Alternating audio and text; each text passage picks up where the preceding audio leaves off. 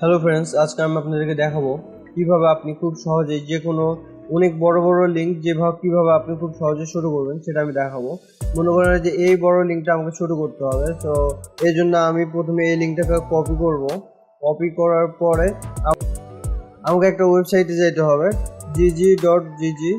এই ওয়েবসাইটে আমি আসবো, এই ওয়েবসাইটে আসবো। এখানে আমি আমার ইউআরএলটা পেস্ট করব। পেস্ট করার পর এখানে ইচ্ছে করলে আমি কাস্টমাইজ লিঙ্ক করতে পারি, আবার লিঙ্ক শর্ট শর্ট করতে পারি। আচ্ছা, প্রথমে লিঙ্ক শর্ট করে দেখেন।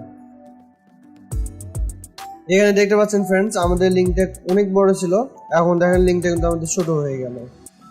দেখুন, আমরা কিন্তু আমাদের লিঙ্কটা শুরু করে ফেললাম। এই লিঙ্ক দিয়ে কিন্তু আমরা আমাদের ওয়েবসাইটে যে কোনো ওয়েবসাইটে যেতে পারবো। দেখতে পাচ্ছেন আমাদের লিঙ্কটা শুরু হয়ে গেল। এই দেখুন, এখন আমরা যদি চাই এই লিঙ্কটা আমরা আমাদের নিজের মতো কাস্টমাইজ করবো, তাহলে চলুন আবার শুরু করা যাক। আবার দেখা যাক কিভাবে আমরা শুরু করতে পারি। সো এই ক্ষেত্রে আমরা আমাদের লিঙ্কটা এখানে দিব। আমরা আমাদের লিঙ্কটা এখানে দিলাম। লিঙ্ক দেখার পর এখানে যে কাস্টমাইজ যে লিঙ্ক আছে এখানে আমরা ক্লিক করব। ক্লিক করার পর আমরা এখানে আমাদের নিজের ইচ্ছে মতো লিখব ট্রেন্ডি নেক্সাস। ওকে, আমি যদি এখন এটা শর্ট করি,